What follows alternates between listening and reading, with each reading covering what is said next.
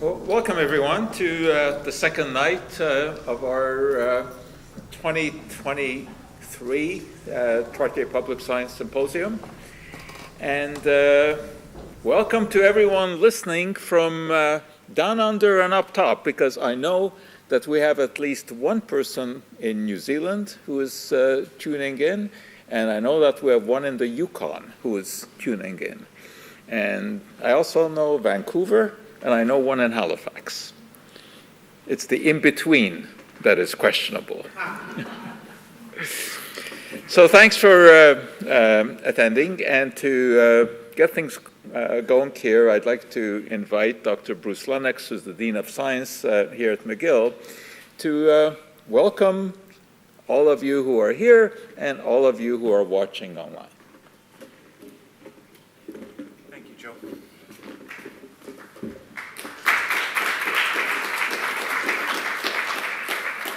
So good evening, everyone, members of the McGill community and those around the world who are listening in and live streaming. This is a really important part of the McGill, the very, very busy McGill calendar, but this is among the top 2 or 3 most important events, I think, in the McGill calendar per year. The BD lecture is a main feature, but the Trottier Symposium is up there. The concept of this symposium series is probably more vital than ever. A public science symposium. It encourages us to think critically, maybe even demands that we think critically. So it's not just an opportunity, there's an imperative, I think, that's emerged in the 24 years of this symposium. We hear from international experts about specific topics in the comfort of our homes, if you're live stream, comfort of Moyse Hall here at McGill. But what it really is doing is giving us the tools that we need, every one of us, no matter what our backgrounds, no matter what our day job is, gives us the tools that we need to assess information. It's a vast amount of information, and never before have we been under such pressure to be discriminating. But what the Trottier Symposium has shown us year after year is that the communication of science requires an agility of thought and expression and of course of knowledge that goes far beyond what we experience in everyday life. So it's where we're getting content and these communication imperatives. And that's where the team that who's organized us today, the Office for Science and Society, this is where they're literally world famous. But this initiative, the Office for Science and Society, the symposium, has come about because of the vision of Lauren Trottier, who is here with us this evening. The Trottier Family Foundation, they're behind this symposium. What the organization that is led by Joe Schwarcz, the Office for Science and Society, has brought is an intersection between Joe's passion for separating fact from fiction and Lauren's remarkable vision and generosity. The office has incredible visibility worldwide on TV, radio, newspapers, social media, especially social media now. And for that, I think that McGill has been enriched hugely. And by McGill being enriched and the fact that it's now shared in the public space through the Trottier Family Foundation's gift to McGill, I think it's now can say that McGill is in the world every week with the podcasts, with the blogs, with the newspaper articles on these incredibly important subjects. So this year's symposium's focus is the use and abuse of science in sports. Last night, you all heard from Dr. Nick Tiller about how pseudoscience has invaded the world of sports, and from Dr. Beth Mansfield about how nutrition can make the difference between winning and losing. So tonight we're delighted to hear Dick Pound, very, very renowned in the McGill community and in the world of sport. He's a former swimming champion. He's a former chancellor of McGill. When you leave this evening, check out Dick's name on the wall in bronze. He's the first, and what he's in the public space, he's known best as being the first president of the World Anti-Doping Agency. He's going to take the stage with Joe, and they're going to discuss the challenge of curbing illegal performance-enhancing substances by athletes. But in the spirit, the overall spirit of this event, I really have to comment that, I think that the Office for Science and Society, the OSS, and its director, Joe Schwarcz, they've earned more than a place at the center position on any podium. Maybe the metaphorical podium, maybe I'll call it the Truth in Science Olympics. There's usually a gold medal position on a podium when we're talking about Olympiads, but Joe and Lauren, I think the OSS has earned much more than a gold medal. I think rhodium is more appropriate. It's worth about 2.5 times per ounce what gold is, and I think it also really expresses just how rare what the OSS and the Trottier Family Foundation has brought to the world in terms of truth in science. So while you're all checking out your wallet-sized periodic tables for where rhodium is, I'm watching. I'm going to pass the microphone over to Joe and have him introduce Chancellor Emeritus Pound.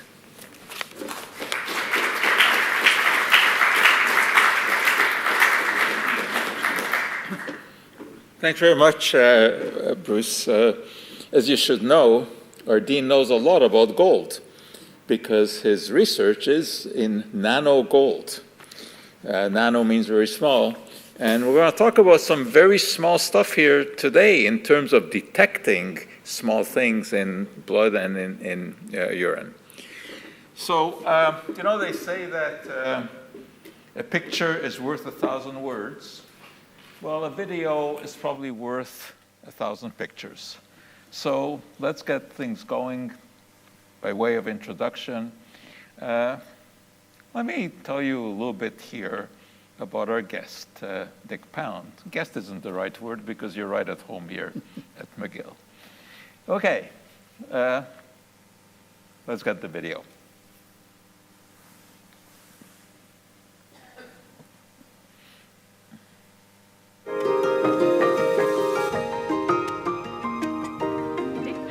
The first president of the World Anti-Doping Agency and remains a senior active member of the IOC.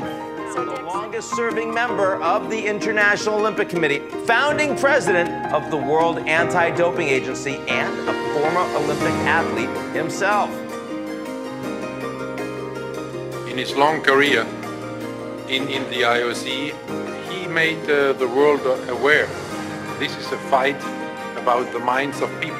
I mean, he had to dig the trenches and to move things forward, and he managed to, get rule harmonized across all sports and all governments. I don't think people realize the achievement of that in a context where not everybody was really favorable to that idea. Dick Pound is a trailblazer. Dick Pound is the king of sound bites.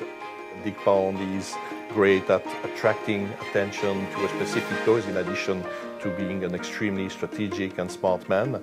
And having Dick Pound at the beginning of WADA's existence really allowed the agency to be put on the map.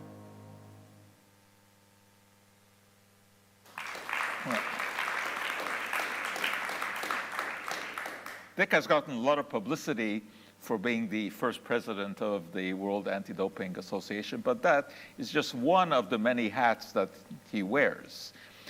He is a member of the IOC, the International Olympic Committee, rose to great heights there, almost became and should have become president, but being vice president was pretty good. He led the Canadian Olympic Committee on numerous occasions, and he himself, of course, was a swimmer in the 1960 Olympics. In the 100 meters, do you remember your time? It was just about as fast as a semifinal for women now. What was it? 56.3, I think. Wow. I mean, that anything subpar, sub 1 minute is, of course, a huge thing. Because Johnny Weissmuller, when he first broke the 1 minute mark, what a huge story that was. That made news around the world back then. I think that was 1922 or so. Somewhere in there. Yeah, and now, what is it, 46 seconds for the 100 meters?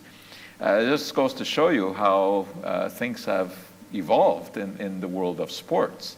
What do you think? What do we attribute that to? I mean, this tremendous decrease in something like your event, by 10 seconds since your time, I mean, that's a huge decrease from 1 minute. What do you think it's due to? I think it's a combination of things. I think the science, the good science is better, nutrition, training, all of that is much more. I mean, I did this kind of with my left hand when I was at McGill. I mean, I had a social life and everything.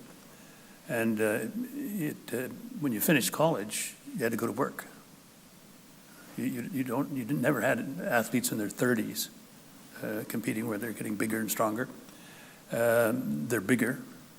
I used to present the medal in the 100 freestyle at every Olympics, the closest I ever got to a gold medal in my own event.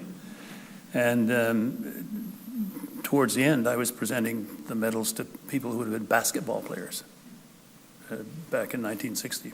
So, 6'8", 6'9", big folks. The techniques are different. Some of the rules have changed so that, we had to touch the end of the pool with our hand and then turn. These folks start their turn about 2 meters out, and they just flip over, and so they can save probably 2 seconds on every length. And the new start, I don't know whether you've seen the new starting, you can do a dolphin kick underwater for 25 meters, I think that's when you have to come up, and be as fast as swimming on top. And you save a certain amount of oxygen deprivation in that. And so there's a number of things. And then there's the bad side of it, which is there are people who don't care what the rules are. Well, 1960 is also a good time to start with that story, because that was really the first time that we got wind of cheating in sort of worldwide sporting events. And that was actually, the tragic story, right, with the death of a bicyclist. Yeah. So what was that all about? It was a road race. It was a Danish cyclist. It was hot in Rome, and the combination of the exercise and a whole bunch of ephedrine or whatever the drug was, he collapsed and died. All the old geezers on the IOC, it was all men at that point, said, "Oh, no, you're supposed to come and have fun. You're not supposed to come and die." And so they formed a medical commission with a doping and biochemistry subcommission and said, let's find out what the athletes are taking. And so they had to do a fair amount of investigation and put together a list of things that they thought were dangerous, mostly dangerous from a health perspective. And so they drew up the list. Then you say, well, okay, now you've got a list, but how do you enforce the list? You've got to be, unless you have an eyewitness or a confession or something like that, you have to find whether or not the athlete has taken anything. And so they developed a strict liability test, and you don't have to prove that the person intended the doping offense is complete when you find the metabolites of whatever it was. And it took a long time to figure out some of these tests. The science was not particularly the detection science was not particularly well developed. And so if you had a new thing, it would take maybe a year for people to figure out that you're using this new thing, and then you've got to get a sample of it, and then you've got to devise a test that is scientifically reliable, and so it goes. So you could have had a 2 or 3 year gap with the advantage before anybody could detect it. 1960 was also the time that I first got interested in the idea of performance enhancement in sports because of the Squaw Valley Winter Olympics, which I watched keenly, being very interested in hockey at that time, and of course I am up to this day. And there was a big surprise at the Winter Olympics then. It was actually the first miracle on ice. Everyone thinks we talk miracle of ice, Lake Placid, when the Americans beat the Russians. But in 1960, the Americans shocked Canada at the Olympics, beating us 2-1. That was a huge upset. And then they shocked the Soviets at that time, beating them. And then in the final, they beat Czechoslovakia. Now, what was interesting there, the Czechs were up 4-3 after the second period.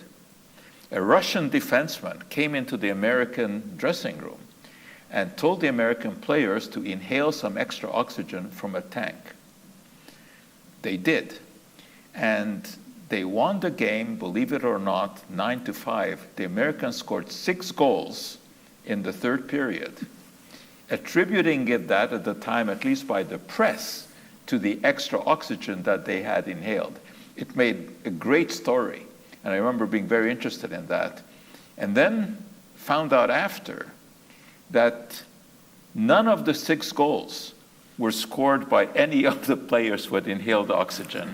So it was a fantastic placebo effect. But I mean, I remember this is when I got interested in this whole idea of performance enhancement. Then 1967, Tom Simpson, a bicyclist, died. Amphetamines were found in his jersey. This was in the Tour de France. Now, the Tour de France, as you may know, is the premier cycling event in the world, and it is probably the most demanding sporting event in the world. You have long been interested in that, and of course we will get around to that story. But the actual testing in the Olympics, I think it began in 1968, right? So how did that come about? That was the eventual byproduct of forming the medical commission and the subcommission. And they finally got the list together, and they had some tests. Race day drugs are not hard. Stimulants and things like that are not hard to find. But no other organization had organized testing at the Games. It started with the Olympics in Grenoble, and ever since then. And the IOC has always pushed the international sports federations, which have no interest whatsoever in detecting doping. Yeah. Their objective is to get the best players on the field and keep them there. And so there are some excesses of that nature. And eventually we got the federations to test at their world championships. But they wouldn't let us test their athletes, except during let's say, the 2-week period of the games. So for 51, 4 times 52 less 1 week or 2 weeks, they were all under the control of their international sports federations and not the IOC. And it wasn't really until it was another Tour de France thing that I'm sure you'll get around to, but the so-called Festina scandal in 1998 was the real impetus. Yeah, we'll get to that. Okay. The 1976 Olympics, right here. Who was there? Any of you? Yeah, I mean, that was quite a memory. I mean, I was there at the opening ceremony, and what I remember is looking around the stadium and seeing the Queen. She was wearing this pink outfit, and she just stood out from the whole surroundings. It was really quite something. We heard stories about these Germans, and that was really the beginning of those kind of stories, right? And I I knew a bit about it then because I did work in testing some of the samples, and we were testing them with gas chromatography, and we were actually looking only for amphetamines because the steroids were too difficult to find. But I remember seeing some of those East German athletes, especially the women, and they looked like weightlifters. I mean, you just knew that there was something going on. Oh, they look like they were carved out of granite. Absolutely. Yeah. So when did the IOC, the Olympic Committee, first realize that this was sort of state allowed by the East German state? Not only maybe not even allowed, but they were even promoting it. They designed it. Yeah. They administered it and they enforced it. I think people knew it. You know it, but none of the athletes ever tested positive at the Olympics. There was a Polish flag ship in the harbor here called the Stefan Battery. Yes. Which had a couple of labs on it, and what they did was they'd bring their athletes in the day before a competition, test them, and if it looked like they might not be clean, all of a sudden there was a knee injury or a flu or something like that. So there were never any positive tests. But the East German system was meticulously designed and rigorously enforced. And what they discovered was that anabolic steroids were particularly powerful with young women. Oh yeah, I mean there's no question they were using it. I remember seeing Cornelia Ender, the East German swimmer, and her musculature was just amazing. I could stand behind her and you couldn't see me. Yeah. And there was a problem with the Russians because after the events they said they couldn't pee. Mm-hmm. And they kept trying to push off the test. And Molson came to the rescue by offering beer.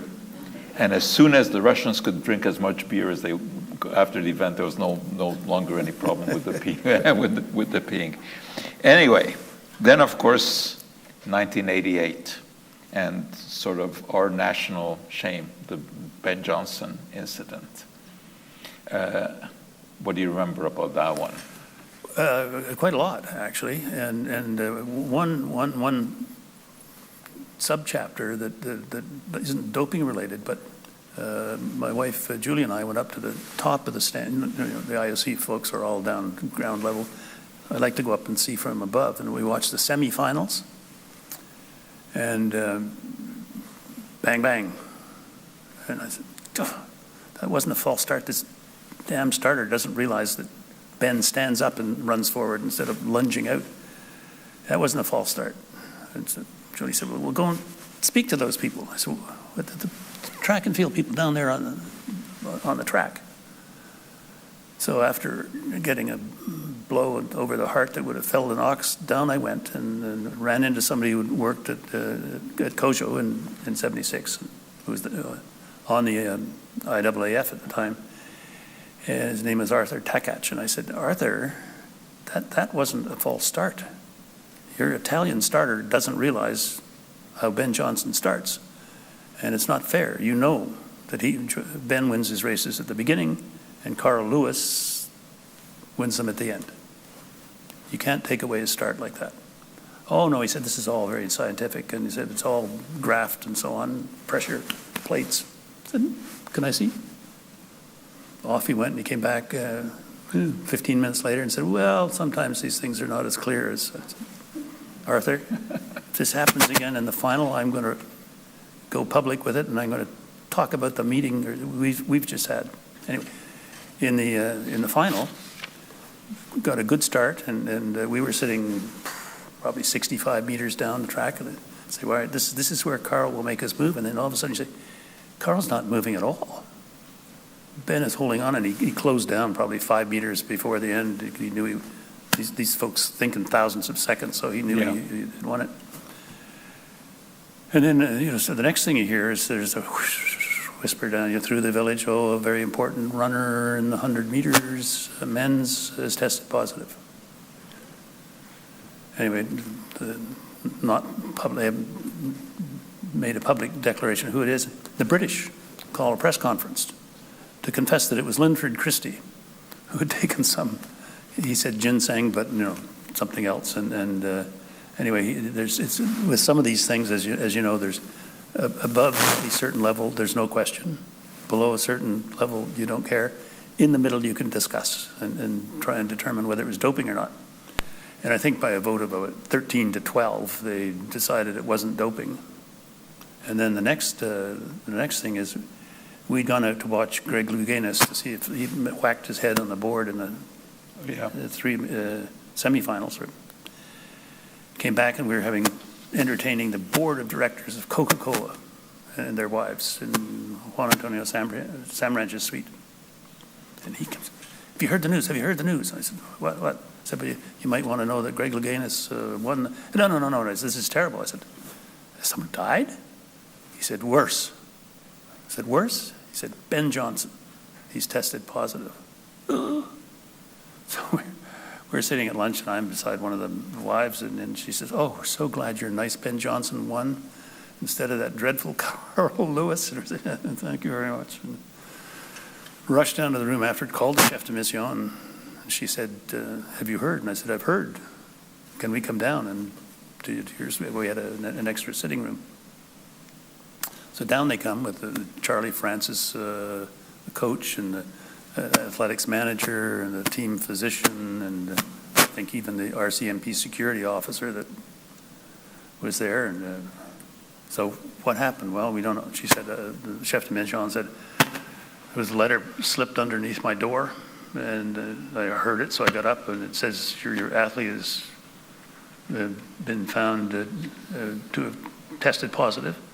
The B sample, as you know, in sports, unlike in criminal law, you get a double chance in sports. They're going to analyze the B sample. You're welcome to have a representative there. In the meantime, it'll be discussed. So I said, what is it? Well, we don't know. Somebody said they thought it might be stanozolol, which was a newish anabolic steroid that nobody was quite sure whether the test was sufficiently accurate or not. But anyway, that's what they did. Charlie Francis says, stanozolol. I don't want my guys on stanozolol on race day. It tightens them up. He said, I want them loose. So at that point you say, ooh, this may not be a question of whether, but what? And anyway, so you say, well, all right, how did it get into him?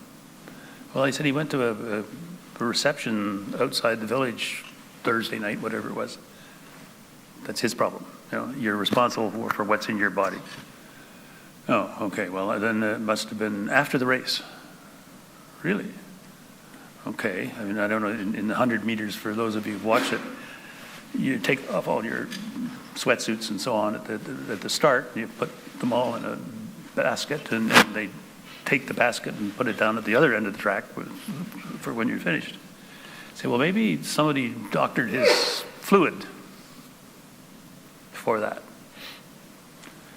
Well, I said, if it's after the race, I said to our medical doctor, I said, can this stuff, metabolites, show up that quickly? And he said, well, maybe you're all revved up metabolically. He said, I don't know, but I said, that's the only possible explanation. Anyway, to make a long story short, it was, he was properly disqualified. And the rest is sadly history. Yeah. I mean, he, of course, professed that he didn't know what he was being given. I think he knew right from the beginning?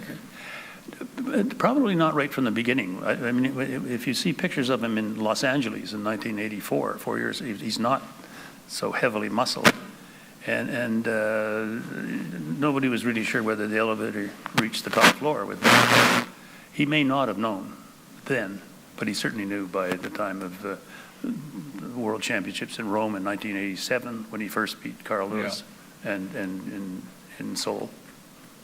Okay, now we come to the first really, really large-scale accusation of doping, the so-called Festiva business, 1998. So maybe you can describe what happened there. Sure. Festina is one of the teams in the in the peloton at the Tour de France, and the French police found officials and coaches and so on connected with the Vestina team with industrial quantities of doping substances and equipment, and they arrested them because under French law that was a crime, and that got the attention of, you know, if it doesn't happen in Europe in a Eurocentric organization, it doesn't happen. So here it is in the blue ribbon event in cycling, which is a very popular sport in Western Europe, and they're saying, "Oof, this could happen to cycling. Maybe it could happen to us." And so they started to get focused a little bit on what to do about doping. In the meantime, Juan Antonio Samaranch, who's the IOC president, is watching this drama unfold in France on television in his room at the Lausanne Palace Hotel. And he says, "For me, that is not doping. For me, only if you can prove that it's dangerous to the health of the athlete is it doping." Maybe it's a defensible position, but it was 180 degrees from what he'd been saying all along. And he had forgotten that he had a reporter in the room with him. One of the Spanish papers got to spend a day with Juan Antonio Samaranch and watch him run the world of sport. He can't believe what he's hearing, and he's writing it down. And the next morning in La Vanguardia or El País, whatever the paper was, IOC soft on doping, which caused a firestorm of recriminations and so forth, and which just didn't go away, to the point where Samaranch called an emergency meeting of the IOC executive board, on which I was then sitting. We get there, and he said, "Well, now what are we going to do about this?" And I said, "We? We're only here because of what you said." But anyway, we got past that, and as we talked about it, I said, "You know, the problem is nobody trusts anybody. You can't trust cycling to make sure that its athletes are clean. You can't trust France or Spain or any other country to make sure that their athletes are clean, and the IOC is regarded as too weak to control the world of sport, as it were." So I said, "Well, you know, it seems to me that what we need is an independent agency of some sort. It's got to be international because the rules are the same all over, and it can't be controlled by the IOC or any single stakeholder." And I said, "We actually have a blueprint in something called the Court of Arbitration for Sport, which at the time had 4 equal constituencies: the IOC, international federations, national entities, and people concerned with athletes." I said, "No, if we're going to have something for doping, we need another block. We need governments. We know who the athletes are, we know who the coaches are, we know who the bad coaches are, and all that. But we have no power to go and seize evidence or to force somebody to give evidence under oath. Governments can do that, so we need their help. And then we need somebody from the pharma industry to tell us, you know, what's going on, what are the new molecules that people are working on, and all that sort of stuff. You need a coach, you need an event organizer, and I forget. Anyway, 6 equal blocks. So that seemed to float. They said, "Okay, no good deed goes unpunished." They say, you do the organogram, and we'll call a world conference on doping in sport for January or February of the next year. We've got to give people enough time to, and we'll see if we can get some buy-in to that. So we did and got the buy-in, cautious on the part of the international sports federations. The idea of an independent agency overlooking their doping issues, you know, especially sports like cycling, did not appeal to them in football. But we got what was called the Lausanne Declaration, which authorized us to try and form this international agency. And again, no good deed going unpunished. I was designated to be the president of it. And so, okay, we'll have a meeting, and they said, "Oh, we need to be in the field, not later than January 1st of 2000, to start testing before the Sydney Olympics. So we've got to really get organized. And in the process of this, we discovered that notwithstanding all of the violins that the international sports federations played, oh yes, clean sport, we believe in clean sport, clean sport, clean sport. Something like 17 of the 28 summer sports did not even have rules that permitted the International Federation to test its athletes, other than at the World Championships. Out of competition testing, nobody. And of course, a lot of things like the steroid program, you take it for 5-6 weeks, whatever it is, and then the metabolites clear out of your system, but you've had all of the benefit from it. And a good steroid program can last you 4 or 5 years. So we had a big issue with that. And so we said, you know what, we need a single set of rules. It was like a bell curve. I mean, small countries had no experience, no budgets. Big countries are well-financed federations and so on. They knew quite a lot about it. They didn't realize that they were self-identifying when they displayed all of this knowledge. But anyways, it took us about 2 years to build a consensus on what it looked like. And we called a second World Conference, this time in Copenhagen. And we went through the draft basically line by line with all of the countries and sports organizations and National Olympic Committees there. And at the end of that, we say, all right, we all agree that we should, WADA, now existed, should adopt this code. And in a lot of these international meetings, that's how you vote. And I said, no. Is there anybody in this room that does not agree that we adopt this code? And I know a minute's a long time with silence.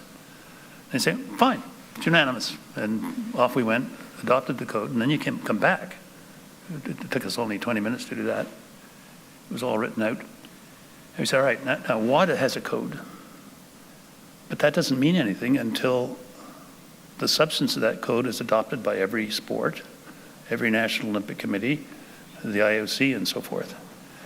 And so we'll say the code will come into effect January 1st, 2004. And the deal is that the Olympic movement component will have that all in place in their internal rules before the start of the games in Athens that summer. It was easy sports had lots of meetings, so it was easy to happen. Government said, well, even though they had 50% control of WADA, they said, oh, we can't we're governments, we can't just adopt something that a non-governmental organization enacted, even though they were 50% and all in favor. But we'll do something. We're not going to be able to get it done by Athens, but we'll. And what they settled on was to use UNESCO. It sort of fitted into that mandate, and they developed a world convention against doping in sport, or I forget the exact name of it, and they had it ready by the following year, and in time to be used at the games in Torino. Now, I think Sydney was the first time that they had a good test for erythropoietin. Now, erythropoietin was the favored method of cheating in cycling at that time, right? Erythropoietin is a hormone that's secreted by the kidneys. It enhances the formation of red blood cells, and that, of course, means more oxygen carried around the system, which is exactly what the muscles need for optimal performance. Now, at that time, the people who were doing erythropoietin argued that it's actually just a natural way to increase your hemoglobin. And I remember they were saying at first it was blood doping, that is, they would take their own blood, store it, and then infuse it just before an event. and they were arguing, whose business is it where I store my blood? If I choose to store it in a bottle, whose business is that, right? And there were all these kind of arguments. And then, of course, came the recombinant erythropoietin, which they were injecting. But by Sydney, this was detectable, right? So that put a curb on it, at least in the Olympics, right? Then we come to Sochi, 2014, Russia. Olympics equals cheating, right? I mean, this stimulated all kinds of testing and brought to light what actually the Russians were doing there. So, well, they had a very organized doping program, and I remember the Russians had not done well in Vancouver in 2010, and Putin said, "I'm spending a lot of money. I want some results." And he had some very good chemists, and a fellow called Grigory Rodchenkov, who was the head of the Moscow lab. And he developed a whole bunch of things of that nature. I remember I chaired a commission to look at what was going on in Russia on the doping front. And we found everything we suspected we would find, but there were two things that we couldn't tie the loop. One is the presence of the FSB, which is the new KGB, in the laboratories. And the other was athletes coming with brown paper bags filled with urine. And we thought, are they coming just checking their clearance times or what? And what it turned out to be was they were bringing samples provided when they were clean, which were stored. And if ever they were tested in competition, they'd substitute the clean urine for the dirty urine. And so in the Olympics, where there's a little more security and more of an international flavor, the FSB offices were right next to where the samples were stored.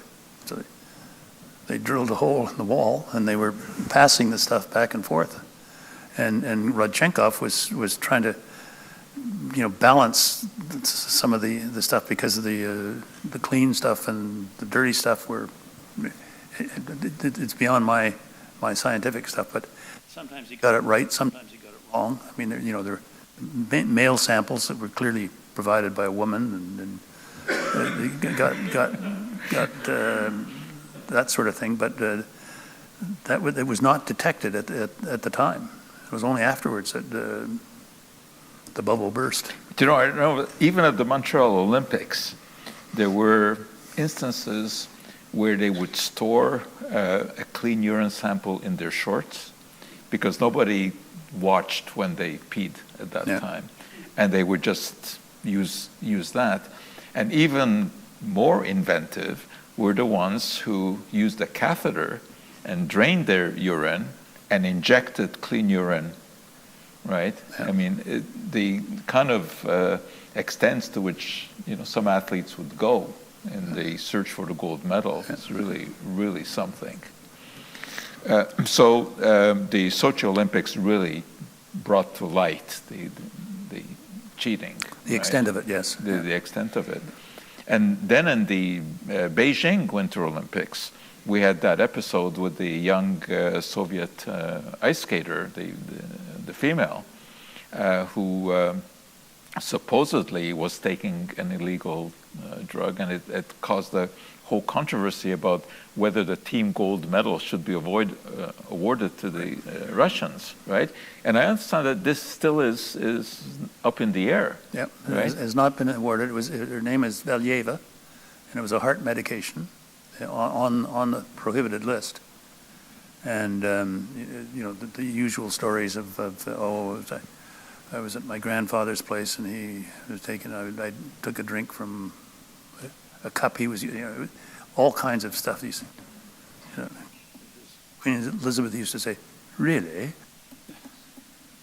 Anyway, so that's still underway. It's been appealed to the Court of Arbitration for Sport. Yeah, this very sad thing. She's very young, right? She was. She's 15. Yeah. 15, fantastic skater, right? The first time that any woman ever landed a quad in the Olympics.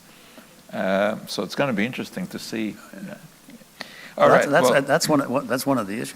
In a lot of these sports, the athletes are quite young, and they're being coached by people whose remuneration depends on results. And so they're not above encouraging or insisting on... Right. I mean, she may absolutely have been ignorant of what she was given. Yeah. Right. Now, let's get down to the most interesting case that you've been involved with. Your great and good friend, Lance Armstrong. When did Lance first appear on your radar?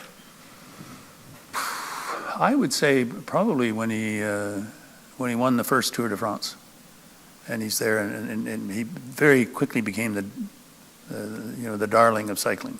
He was their poster boy, cancer survivor, and all that sort of stuff.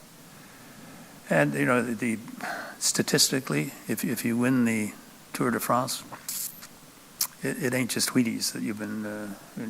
You win it 7 times in a row. I'm sorry, beep, beep, beep, beep. So he was I think, protected. He was told how to take tests and when to take tests and all that sort of stuff. And couldn't get at him. But the French laboratory in Paris said, we still have some samples from 1996 and 1997 or whatever it is, from the Tour de France. We don't know whose urine it is because all we have are the sample numbers. But what would you think about us reanalyzing? I said, absolutely. I'm sure the International Cycling Union would like to know. Not. So we did that, and there was, I think, 17 or 18 positive samples. And then, for some reason or other, the reporter from L'Equipe, which is with a big sporting newspaper in Paris, talked the president of the International Cycling Union into giving Lance's forms just to show that he had been tested. Forgot that the sample number's on the form. So they matched that, and I think 6 or 7 of them were Lance's. And so the headline was Le Mensonge Armstrong, the Armstrong lie. And normally Lance used to sue people at random journalists and so on, if they did anything or threatened to talk about injecting blood from, in between your toes and all that sort of stuff. Not a word. He just didn't respond to it, and eventually the U.S. agency, anti-doping agency, said they were actually going to sue him criminally for defrauding the U.S. Postal Service, because that was the U.S. team.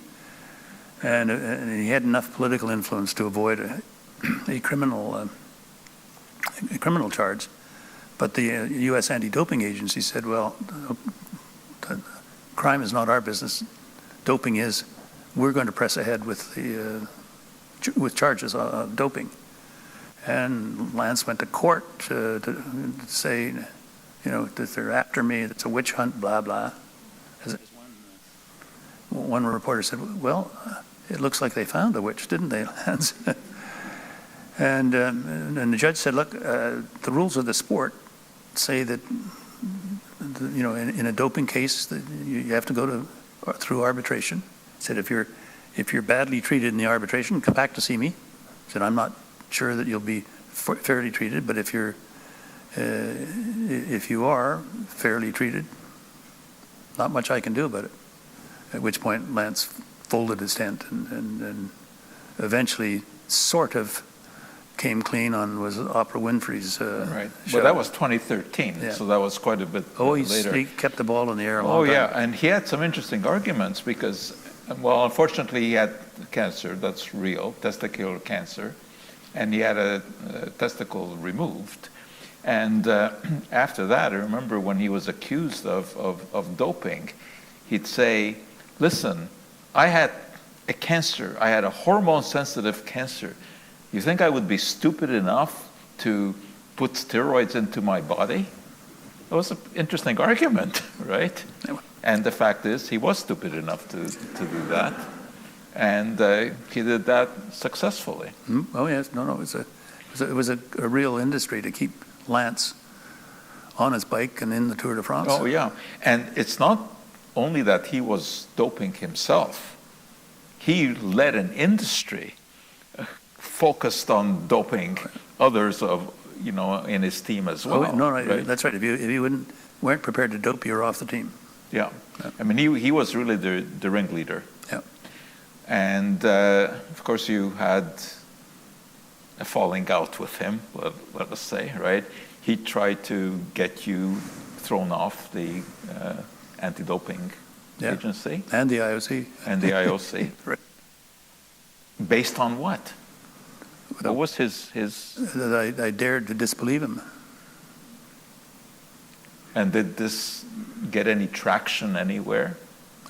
I think somebody, the IOC president, said, maybe be a little smoother in doing some of these things. I'm running WADA, you're not running WADA, and you're not going to kick me out of the IOC on this kind of a thing. So we just kept at it. And anyway, in this kind of a job, part of it is to make people understand there's a real problem. And you need to work on the science. And, we keep samples now for 10 years after the Olympics. We still got some stuff in Sochi coming up for, more minute examination. And we know who the athletes are and the events and all that sort of stuff. So you know where the danger is likely to be. And now that you can identify these things in particles per million or billion, whatever it is now, and it's very tiny. You can say, look, you may get out of town with a medal, but we've got 10 years, and we may be back. Did you have any personal interaction with Lance Armstrong? Only once. One, he called me. I've never met him. He called me. He says, Dick, I just want you to know I love my sport. And I said, well, Lance, your sport has a problem. And sometimes you need tough love. But I've never met him and have no interest in meeting him. Well, I mean, he's still active today. He's got podcasts and he gives talks, etc. But I mean, of course, his record has been wiped out, right? All the 7 wins in the Tour de France have been taken away. But it's just a fascinating case. I mean, the whole Armstrong saga from beginning to... Oh, no, it was an interesting story, made bad, turned bad, and... Yeah. I mean, he was an exemplary athlete to start with. He was pretty good, yeah. I mean, he wasn't a Tour de France winner, but he became one. He was helped. He was helped. Okay. Now, of course, cycling not the only sport that is tainted by doping. So let's talk about some of our North American sports. Baseball. Baseball has a very long history, right? 147 years here. And one of the prime achievements in baseball, as many of you will know, is the 60 home run season. That is really quite an achievement. And it has been done 9 times in 147 years. 6 of those times were between 1998 and 2001, which was the height of the steroid era in baseball, as it has been called. That's when Sammy Sosa, Mark McGwire, and Barry Bonds came to the fore. Now, this would be a real statistical quirk to have 6 seasons out of 9 be telescoped into those 3 years out of 147 years. I mean, this was done with steroids. For sure, and baseball never acknowledged the problem. When I told you about the formation of the World Anti-Doping Code, maybe the professional leagues would be interested in this. So I sent a copy to baseball, hockey, football, basketball, golf, saying that here's this might be interesting to you, and if we can help with it. So we get back almost a form letter. There is no doping in Name the Sport. Therefore, we don't want to do it. And by the way, why don't you clean up your own shop before you tell us to clean up ours, and so forth. And I remember, one of the great syllogisms of all time is Gary Bettman. It says, there's nothing on the WADA list that would help a hockey player. Duh. Therefore, hockey players don't take any of those things. Therefore, there's no point wasting money testing them for things they don't take. That's the commissioner of the National Hockey League. And I remember Tim Finchin was in golf. I said, Tim, this is a wonderful thing for you. You guys do this on your own. Calling double hits and all the other stuff that you do in golf.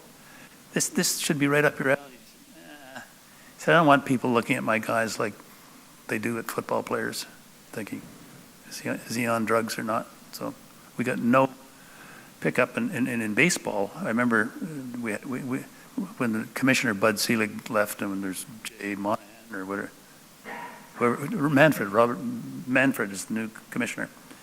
He came to a meeting at WADA to say what they'd done. The penny dropped a little bit for them.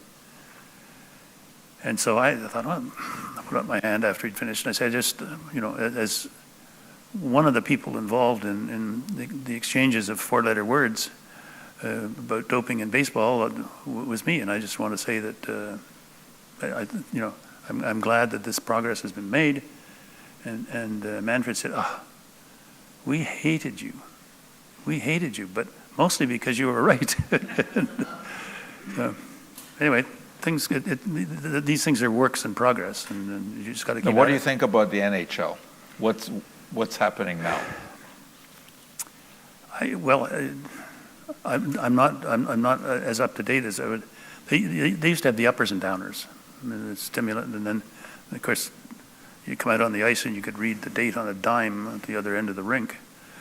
But then after the game, you can't sleep, so you have to take things. So I think they got into some bad health problems, and I think a bigger problem in hockey is probably the concussion problem.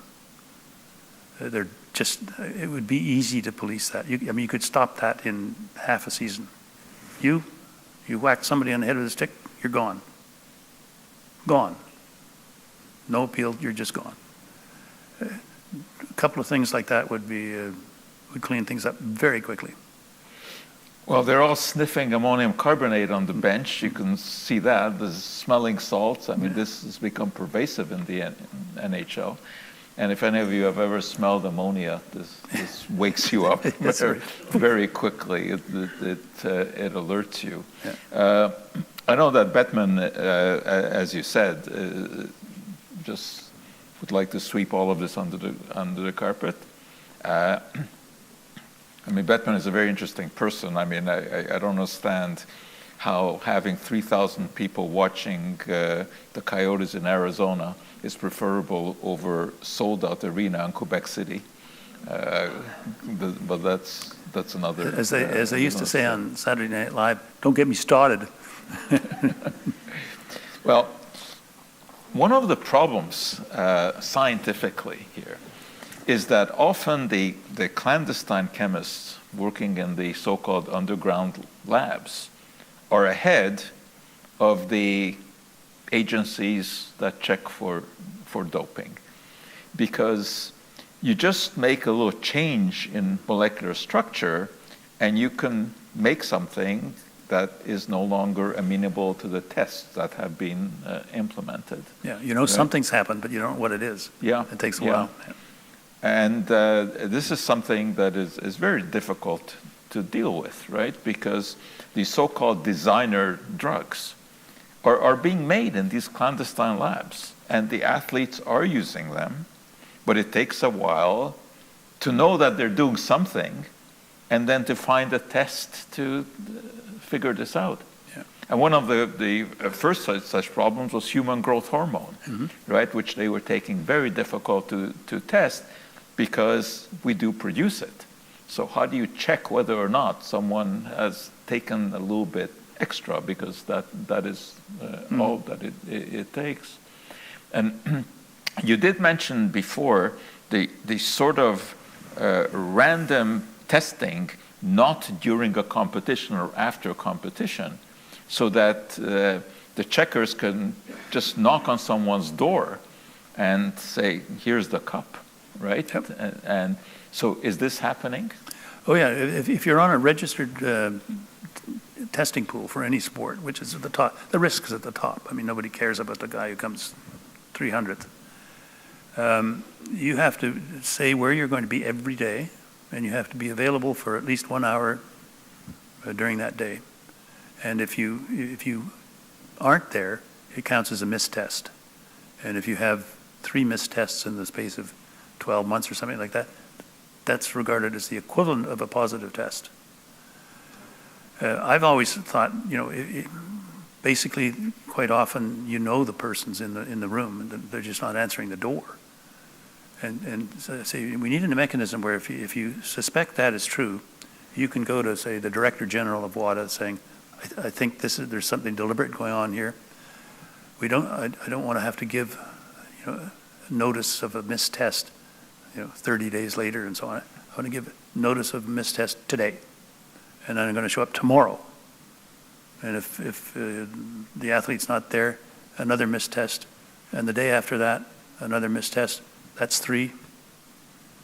Have there been athletes who have been caught like this? I haven't succeeded in getting it down to that quickly, but yes, lots of athletes have been suspended for that, for missing the tests. I remember reading that there were even stories about Lance, who had lookouts, monitoring if the inspectors were coming, and he would just be out of town when that happened, right? So this business of the cheaters being one step ahead is a huge problem. That's the importance of an out-of-competition testing program. Yeah. And it's not just random. You actually target it. We're suspicious of Schwarcz. Make sure he's tested. And some of them are tested 10, 15 times a year. Because of all of his controversies and the difficulty of testing, there's this guy, a lawyer, Aaron D'Souza, who's come up with this idea of the enhanced games, saying, no testing, nothing. Let everyone do what they want, because that is what will level the playing field, right? If everyone wants to inject erythropoietin, want to inject androstenedione, it's their body, their decision. Is this ever going to get any traction? I don't think so. And I certainly hope not. I mean, because the problem is people don't know the limits. All of the young cyclists that died because of the EPO, their blood was just so thick. Yeah. Because their hearts couldn't pump it. And down they go. And the cycling officials say, oh, must have had a weak heart. Well, the young athletes think they're invincible, right? And they don't think of the consequences because the allure of gold is, so seductive that they'll do anything. Oh, yeah. And they don't know better. Yeah.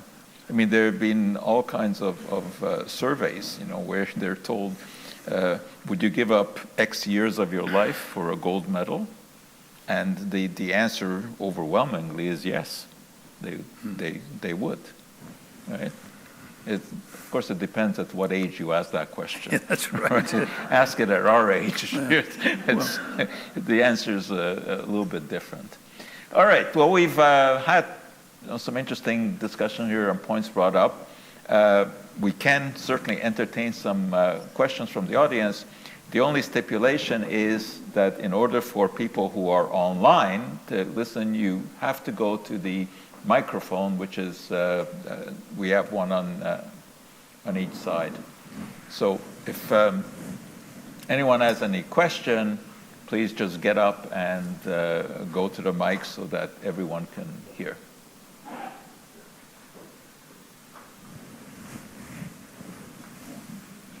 Hello? No? Oh, maybe. So during Lance's era of the Tour de France, I had read statistics that in 7 years, 20 out of the 21 people in the top 3 were caught doping, and something like 60 out of the 70 in the top 10 over those 7 years were also caught doping in some way, shape, or form. It feels like it was something that was obviously rampant through the Tour de France and the peloton at that time. Do you think that continues to be the case, and it's just a question of, how creative or how much resources people have, or is it really something that's dialed back over the years? I don't think it's dialed back. They're doing different things and so forth, but no, and everyone is shocked. Oh, I'm shocked. Cycling, doping and cycling, never heard of that. But so, no, I mean, it's got to the point I don't even watch cycling anymore. It's not real. Okay, and just the second question I have for you, since the introduction of the biological passports as well, do you see that being a truly effective tool in helping to cut back on, what we're seeing in sports? And is it just a question of using them to see the, the markers over time to see, what are the different levels of the different, biological components of their body, and it's really just to see anomalies and how it's evolved over time? Well, it's the anomalies that draw the attention, and so if it's suspected that there's a panel neutral panel of experts, 3 experts that look at the data, the baselines and whatever the readings may be, and if all 3 of them say, it looks like or it's suspected doping, that counts as a positive test. And there have been very recently the Romanian female tennis player, Halep. Yeah. That's what they got her on. Great, thank you.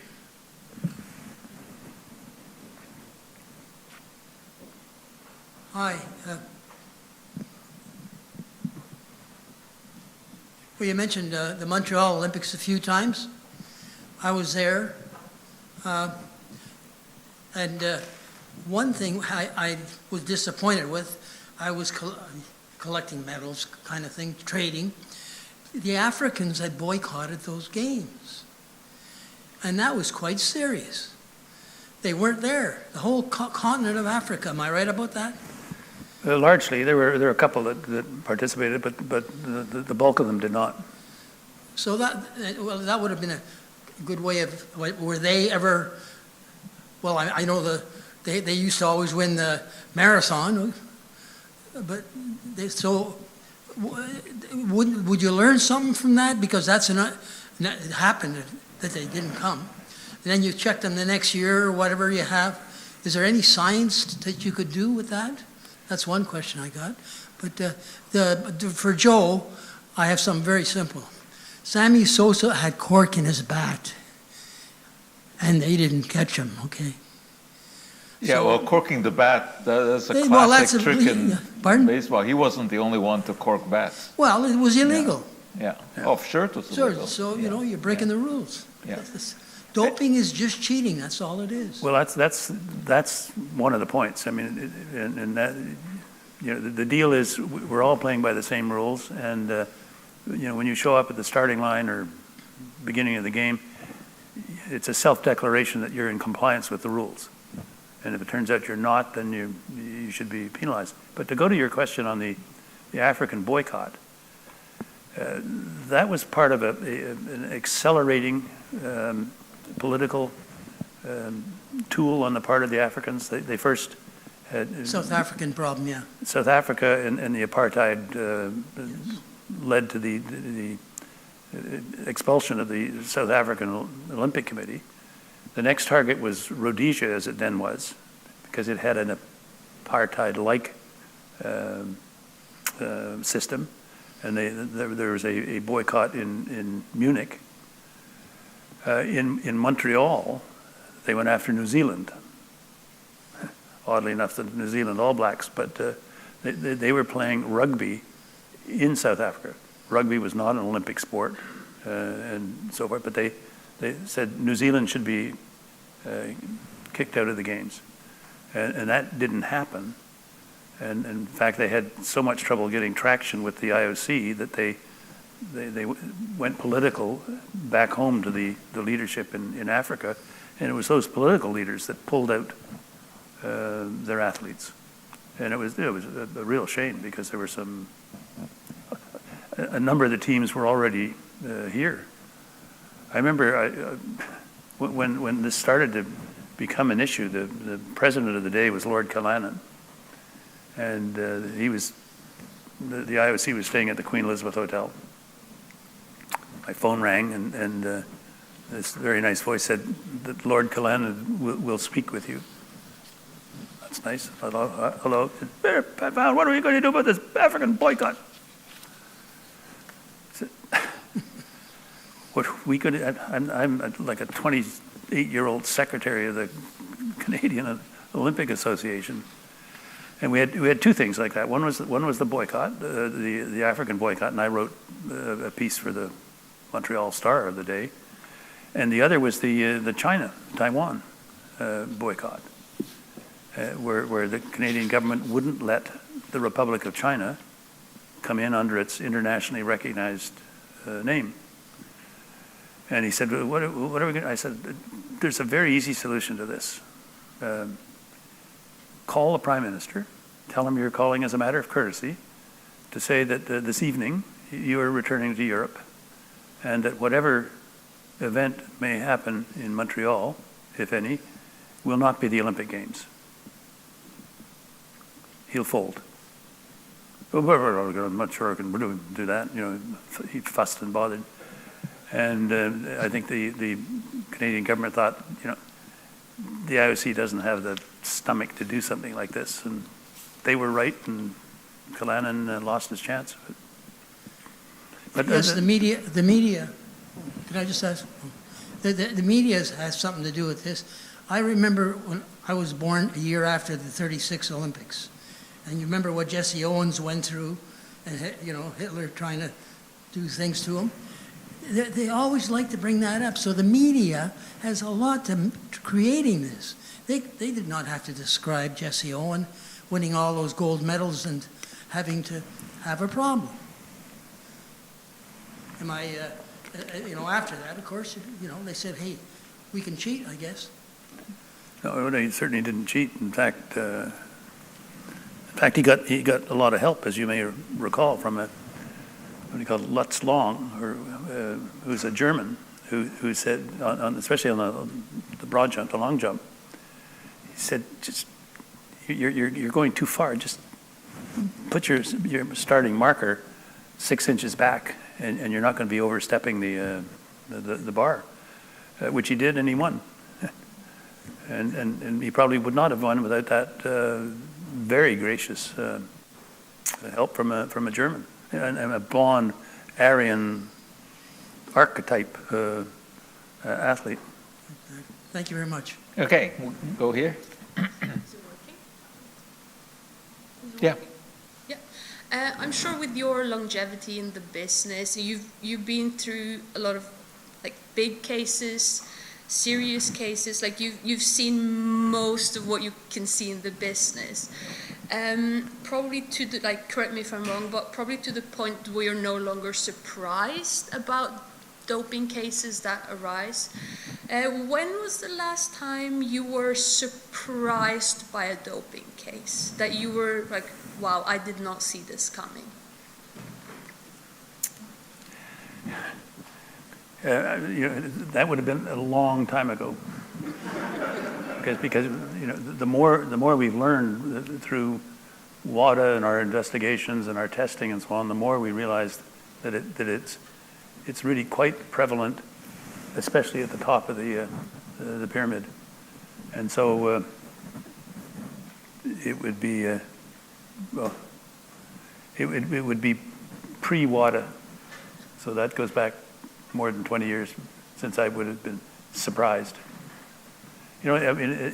one of the things is that until the World Anti-Doping Code came along and was adopted, there really weren't any sport rules that prohibited doping. The governments prohibited drug use, cocaine, heroin, and that sort of thing, but peptide compounds and things like that, there are no rules about it. And so in 1960, as Joe mentioned, the weightlifting had been chronic users of steroids, and they actually got all the stuff from the veterinarian community. We can beef up hogs and cattle. We can beef you up too. And so they used to say, "Oh, so what are you doing? How much of this are you taking?" And it was very open until there was a rule that prohibited, and then it all became, went under the table. But I can remember it said, the weightlifters and track and field, like the discus and shot put and so on, it spread there. And this guy saying, I'm really cut now. He said, I'm throwing the shot 5 or 6 yards farther than I ever did. It's fantastic. Now, I have awful acne, and I'm in a constant rage all the time because of the overdose of testosterone. He said, but can I ever put the shot farther? So it's and it spread to other sorts. I mean, the drugs are somewhat different depending on the nature of the sport. Some you're trying to take away a basic tremor, for example, if you're doing pistol shooting, and so we're running overtime here. If you have a very quick question, we can. Hi. Thank you both for the talk today. I was wondering, a little while ago, there was talk of mechanical doping when they introduced carbon plating into running shoes. I was wondering if you think WADA's ever going to get into regulating mechanical doping, or if that's just going to be called technological advancements. You mean like putting an electric motor on a cycle? Yeah, for example. Yeah. Well, that's certainly an issue, and it wasn't taken too seriously by cycling because, as I say, they don't really care too much about those sort of things. But I don't see any sign that WADA would branch off into that. That's more, it ought to be solved on a sport-by-sport basis or even a country-by-country basis. Okay, thank you. Okay, thank you very much. I think it's been a very interesting conversation. And I started out in the beginning today by saying that Dick wears a lot of hats. And indeed, he does have many. But we want to give you a couple more. Winter is coming up. This is our new OSS hat. Of course, stands for Office for Science and Society. And this is the summer version. Okay, then. So you can go to the Winter Olympics and the Summer Olympics. And with OSS, okay. Thank you. Thank you. And one more item here. Emily, where's the...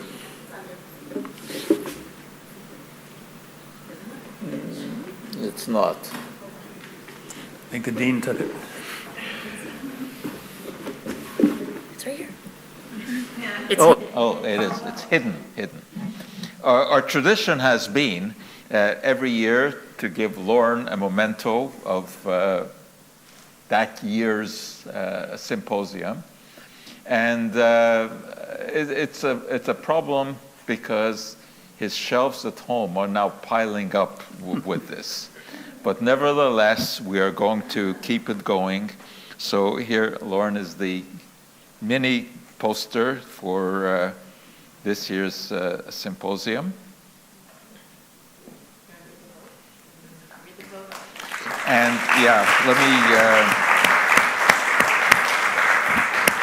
let me just read what it says, but I will need my glasses for that one, because I think eye doping. I think we chose an appropriate quote here. It's not by Dick, although he's got lots of good quotes.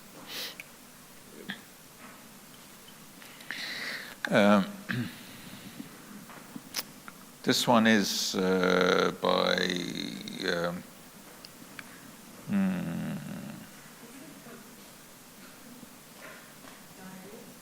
I don't see it actually. Did it get cut off? Oh, it's here. It's down here. Okay. It's by Jesse Owens, who we talked about before. Winning takes desire, determination, discipline, self-sacrifice, fairness, and respect for your fellow man. Put all these together, and even if you don't win, how can you lose?